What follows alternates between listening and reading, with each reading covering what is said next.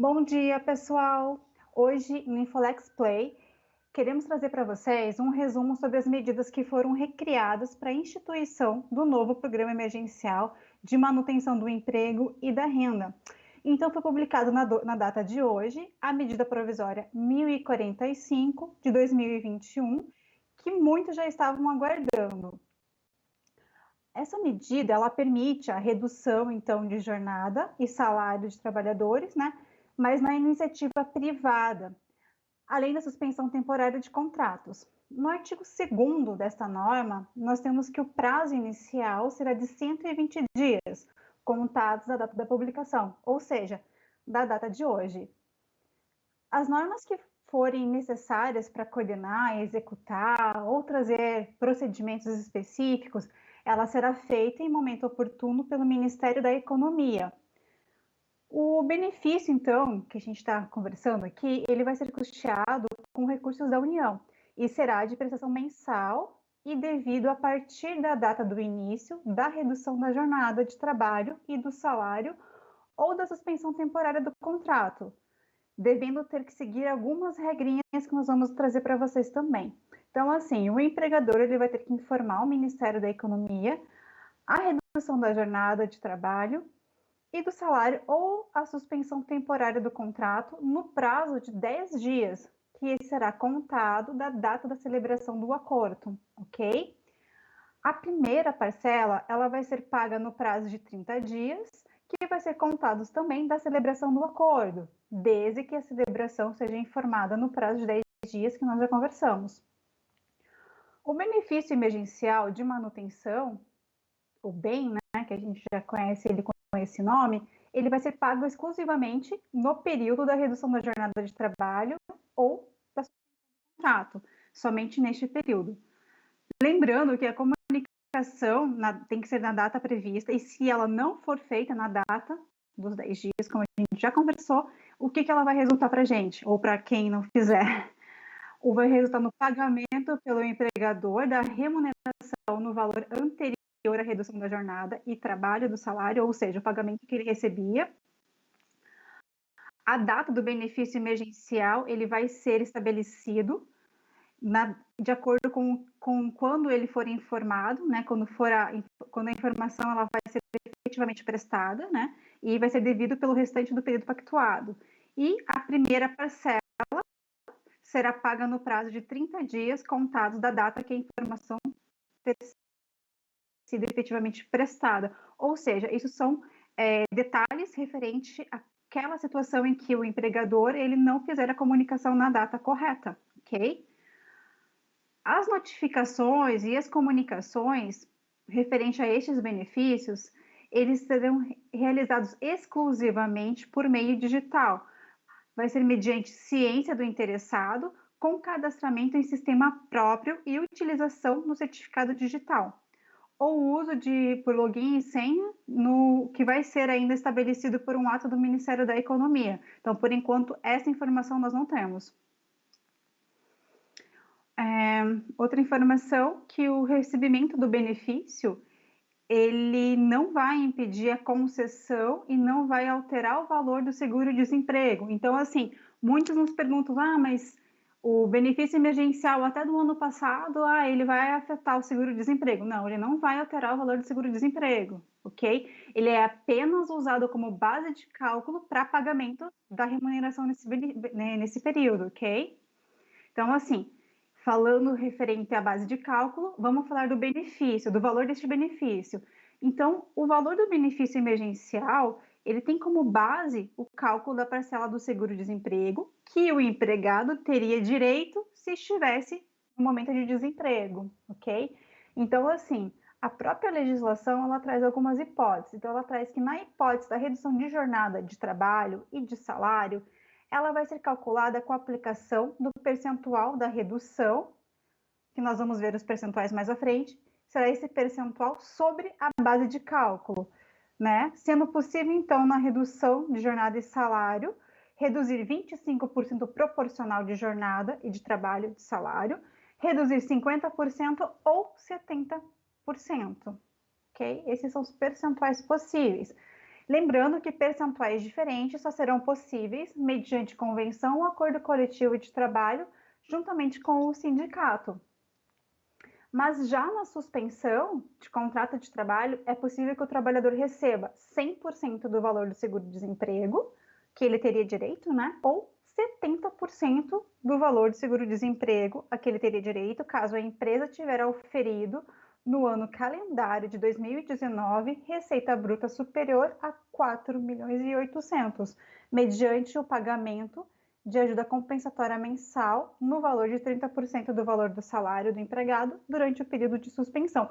Isso não é tão novidade, porque no benefício, nas medidas do ano passado, nós tínhamos essa informação também. Então, esses valores do seguro-desemprego, eles são relativos ao pagamento de um benefício temporário, que vai ser durante o período da perda de renda do trabalhador, que pode durar até 120 dias, ou seja, 4 meses.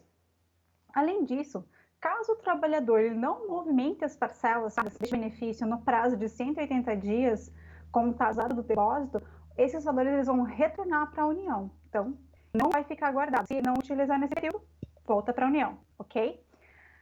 De acordo com o parágrafo 1º e o 2º do artigo 6º da presente medida provisória, nós temos que o benefício emergencial de manutenção do emprego e da renda, ele será pago ao empregado independentemente do cumprimento de qualquer período aquisitivo, independentemente de tempo de vínculo empregatício. Lembrando que aqui, na medida provisória, no artigo 16, é informado que será para contratos de trabalho já celebrados até a data da publicação, né? Então, tem que prestar atenção nisso também, é artigo 16, ok, pessoal? Ele também vai receber, independente do número de salários recebidos. Então, esses são requisitos para os beneficiários do bem, ok? Ainda, o benefício emergencial de manutenção do emprego e da renda, ele não é devido ao empregado que esteja ocupando cargo ou emprego público ou cargo em comissão de livre nomeação e exoneração, ou seja, titular de mandato ativo, ok? E ainda não será beneficiário aquele que estiver em gozo de benefício de prestação continuada do regime geral de previdência social, né, ou regimes próprios de previdência social, ressalvados o que está no artigo 124 da Lei 8.213 de 91. Também não receberá aqueles que tiverem em gozo do seguro-desemprego em qualquer modalidade, ou beneficiário do benefício de qualificação profissional, que está no artigo 2º-A da Lei 7.998 de 90. E empregados em contrato intermitente também não tem direito. Okay? Na redução, considerando a hipótese de pactuação por acordo individual escrito, certo? O encaminhamento dessa proposta de acordo ao empregado, ela tem que ser feito em um período de antecedência, que seja no mínimo 2 dias corridos. E a redução da jornada de trabalho do salário deve ser feita com os seguintes percentuais. A gente já viu, mas eu vou repetir só para reforçar que ainda continua igual ao ano passado, que será 25%, 50% ou 70%. Tá? A jornada de trabalho e o salário pago anteriormente, eles vão ser estabelecidos também mais 2 dias corridos, que serão contados da data estabelecida como termo de encerramento do período de redução pactuada ou data de comunicação do empregador, que também nós já tínhamos isso na medida anterior, né, no ano passado. Isso não é tão novidade. Na hipótese de suspensão por acordo individual escrito entre empregador e empregado, o acordo, essa proposta, ela também vai ter que ser encaminhada ao empregado, com a incidência de no mínimo 2 dias corridos. Aí, o empregado, durante o período de suspensão temporária do contrato, ele fará jus ainda a todos os benefícios concedidos pelo empregador aos seus empregados. É autorizado recolher para o regime geral da Previdência na qualidade de segurado facultativo. Lembrando que no ano passado isso também foi permitido, ok? Então, aqueles que estão com um contrato suspenso, mas eu quero continuar contribuindo para o INSS, a gente sabe que é importante por conta de carências, tempo de contribuição e etc. Então, ficou autorizado a recolher na qualidade de segurado facultativo. Provavelmente, código de pagamento e etc. também vai ser informado, né, por meio de alguma outra legislação, ou vão manter o que a gente já tinha visto no ano passado, mas isso a gente não tem ainda uma certeza, ok? O contrato de trabalho, ele vai ser restabelecido, no caso da suspensão, que era o que a gente estava falando, né, no prazo de 2 dias corridos, que é contado da data estabelecida no termo de encerramento, né, do período de suspensão, ou data de comunicação do empregador, que ele vai informar o empregado, né, e se ele, caso ele antecipe, né, a decisão de encerrar esse acordo. Uma observação aqui, que está na medida provisória que é referente à suspensão, é que durante o período da suspensão temporária do contrato, O empregado, se o empregado mantiver atividade de trabalho, que seja parcial ou por meio de trabalho, trabalho remoto, trabalho à distância, enfim, se ele estiver realizando algum tipo de trabalho nesse sentido que não caracteriza a suspensão, vai acontecer a suspensão, ela ser descaracterizada e vai ter várias penalidades nisso. O benefício emergencial de manutenção do emprego e renda traz também não é bem uma novidade, mas é uma clareza, né? Ele poderá ser acumulado com o pagamento pelo empregador de ajuda compensatória mensal em decorrência da redução proporcional de jornada de trabalho e de salário ou da suspensão temporária do contrato, né? Que está nessa medida provisória. Essa compensatória mensal, ela se refere a um valor que poderá e deverá ser definido em negociação coletiva ou até mesmo por acordo individual escrito pactuado, mas isso é uma opção, não é uma exigência, é uma obrigação, ok? A lei fala que poderá. Quanto à garantia de emprego, fica reconhecida a garantia provisória no emprego ao empregado que receber o benefício emergencial de manutenção do emprego e da renda, em decorrência da redução de jornada de trabalho e do salário ou da suspensão temporária do contrato de trabalho, que trata essa medida provisória. Então, assim, para a garantia de emprego, existem regras que os empregadores terão que seguir. Então, durante o período que é acordado, é garantido ao empregado essa estabilidade, essa garantia provisória no emprego, do qual ele não poderá ser demitido. E após o restabelecimento da jornada de trabalho e do salário ou do encerramento da suspensão temporária do contrato de trabalho por período equivalente ao acordado para a redução ou a suspensão.